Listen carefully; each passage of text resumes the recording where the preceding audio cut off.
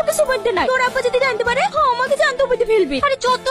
আরে সাথী মা, তোমার কিছু লাগবে নাকি? কি হলো মা, কি খুঁজছো? রোহন কোথাও গিয়েছে নাকি চাচা? ওর খুব জ্বর তো, তাই কাজে আসতে পারেনি। ওর জ্বর এসছে। ওর বাড়ির ঠিকানাটা একটু বলেন না চাচা। তুমি ওর বাড়ির ঠিকানা লিখি করবা? প্লিজ দেন না, খুব দরকার। আমাদের গ্রামে যে বড় পুষ্কুনিটা আছে ওর ডান পাশে ওদের বাড়ি। ধন্যবাদ চাচা, আপনাকে অনেক ধন্যবাদ। কিরে কোথায় আছে? কেন রোহনদের বাড়ি? তুই কি পাগল হয়ে গেছিস? ওর বাড়িতে আমরা গেছি, এটা যদি তোর আব্বু শুনে তাহলে আমাদের কাছে জানতে রাখবে না। আব্বু কিভাবে জানবে? আমি আর তুই তো যাবো, আব্বু জানতে পারবে না। চল না প্লিজ। না না, আমি যেতে পারবো না। প্লিজ চ, আমার রোহনকে দেখতে ভীষণ ইচ্ছে করছে। তুই কেন বুঝতে পারছিস নি? ঠিক আছে, তোকে যেতে হবে না। তুই যদি আমার বেস্ট ফ্রেন্ড হতি তাহলে নিশ্চয়ই যেতি। যাস নি সাথে, যাস নি সাথে। আমার কথাটা শোন।